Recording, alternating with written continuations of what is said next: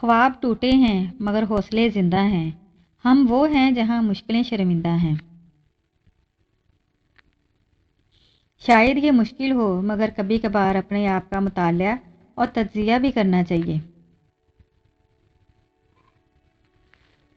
میں ایسے رشتہ داروں کو نہیں مانتا جو دکھ درد میں سہارا دینے کے لیے تو غائب ہوں لیکن تانے دینے کے لیے سب سے آگے نظر آئیں۔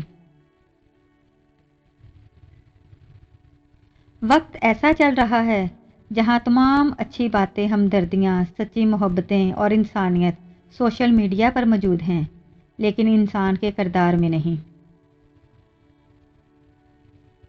آنسو مسکراہٹ سے زیادہ اسپیشل ہوتے ہیں، پتہ ہے کیوں؟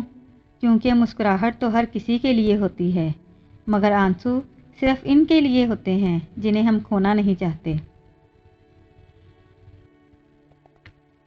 دل کے اچھے ہونے سے پہلے آپ کو زبان کا اچھا ہونا ضروری ہے، کیونکہ لوگوں کا پہلے آپ کی زبان سے واسطہ پڑتا ہے۔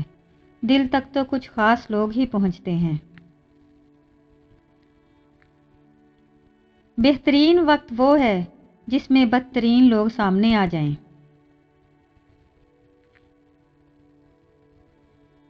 زندگی جن لوگوں کو خوشی نہیں دیتی، ان کو تجربہ دیتی ہے۔ کوئی جذبات سے کھیل کر خود کو تیز ترین کہے تو وہ دراصل گھٹیا ترین ہے۔ وقت کا جواب ہمارے جواب سے ہمیشہ بہتر ہوتا ہے۔ وہ وقت صرف اس وقت جواب دیتا ہے جب ہم کسی کی زیادتی کا جواب دینے کی بجائے صبر سے کام لیتے ہیں۔ دنیا میں اس سے بڑھ کر کوئی اور ایوارڈ نہیں ہو سکتا کہ لوگ آپ کی تربیت کی وجہ سے آپ کے والدین کی تعریف اور عزت کریں۔ جب دل میں میل، طبیعت میں ضد اور لفظوں میں مقابلہ آ جائے تو یہ تینوں جیت جاتے ہیں، بس صرف تعلقات اور رشتے ہار جاتے ہیں۔ وقت کی رفتار کا دار و مدار آپ کی کیفیت پر ہوتا ہے۔ خوش ہو تو مدت بھی ایک لمحہ اور اگر اداس ہو تو ایک ایک لمحہ مدت بن جاتا ہے۔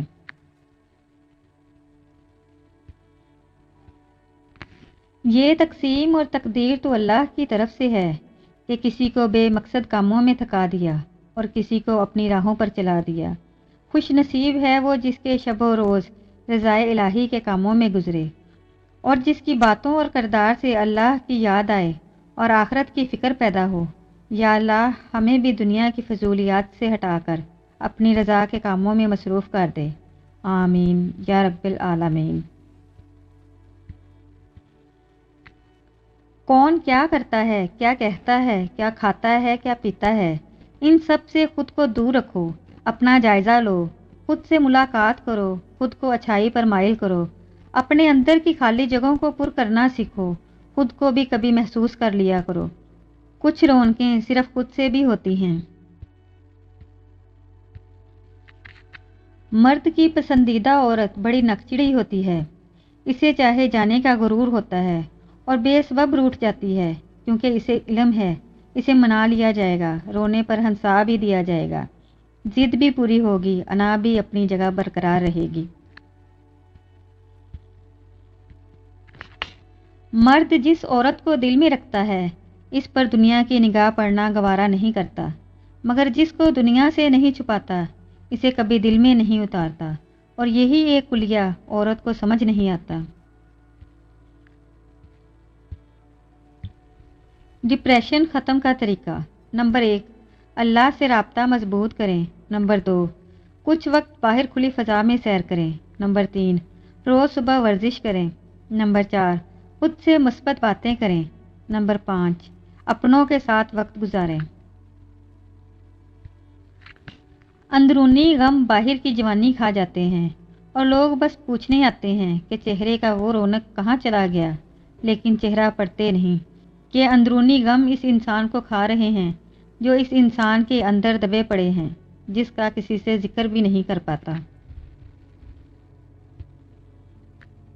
زندگی میں اگر کوئی بہت ہی اپنا قریبی اور عزیز آپ کو دھوکہ دے جائے اور آپ کے خلاف ہو جائے تب بھی اگر آپ صبر سے کام لیں اور اللہ پاک پر کامل یقین رکھیں تو اللہ پاک آپ کو وہ مقام عطا کرے گا کہ زمانہ دیکھتا رہ جائے گا، اندھیروں میں اور بند دروازوں کے پیچھے بھی کوئی راستہ نظر آئے گا۔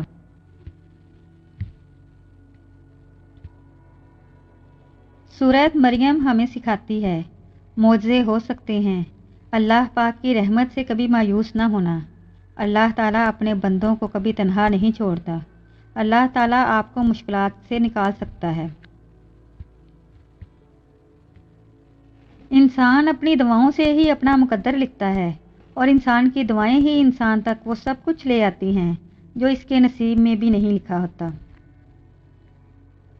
دکھ، درد، تکلیف، اگر اللہ کی ناراضگی ہوتی تو یہ نبیوں کو نہ ملتی۔ یہ نعمت ہے جو اللہ کا راستہ دکھاتی ہے۔ قدرت اتنی پرفیکٹ ہے کہ آپ کے ہر عمل کا بدلہ ضرور لوٹاتی ہے۔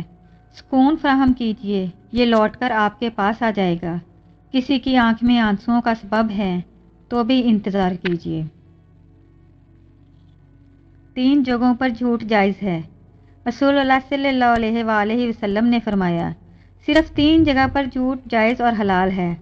ایک یہ کہ آدمی اپنی بیوی سے بات کرے تاکہ اس کو راضی کر لے، دوسرا جنگ میں جھوٹ بولنا، اور تیسرا لوگوں کے درمیان صلح کرانے کے لیے جھوٹ بولنا۔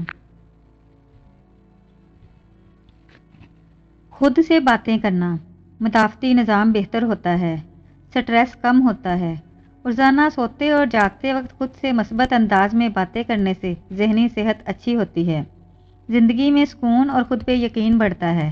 مشکل وقت میں خود سے بات کرنے سے موٹیویشن اور ہمت ملتی ہے۔ احساس کے رشتے خون کے رشتوں سے زیادہ خوبصورت اور پائیدار ہوتے ہیں۔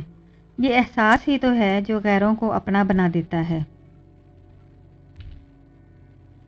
صرف ہاتھ ہی نہیں، الفاظ بھی سہارا بنتے ہیں۔ جہاں ہاتھ سے نہ پکڑ سکیں وہاں لفظوں سے تھام لیا کریں۔ انسان کتنا ہی امیر کیوں نہ بن جائے، تکلیف بیچ نہیں سکتا اور سکون خرید نہیں سکتا۔ عبادت کرتے ہو مگر لوگوں کو ناخوش اور تکلیف دیتے ہو، صدقہ کرتے ہو مگر احسان جتلاتے ہو۔ اپنی نیکیاں ایسی تھیلی میں جمع نہ کرو جس میں سوراخ ہوں۔ خوش اخلاقی ایسا عطر ہے جسے جتنا زیادہ آپ دوسروں پر چھڑکیں گے اتنی ہی زیادہ خوشبو آپ کو اپنے اندر سے آئے گی۔ بہت زیادہ مضبوط دکھائی دینے کا ایک نقصان یہ ہے کہ لوگوں کو کبھی یہ خیال نہیں آتا کہ آپ کو بھی تسلی کی ضرورت ہو سکتی ہے۔ نفرت انسان کا بنایا ہوا ذاتی مسئلہ ہے، ورنہ قدرت و محبت کا درس دیتی ہے۔ جو شخص ہمیشہ نکتہ چینی کے موڈ میں رہتا ہے اور دوسروں کے نقص نکالتا رہتا ہے، وہ اپنے آپ میں تبدیلی کی صلاحیت سے محروم ہو جاتا ہے۔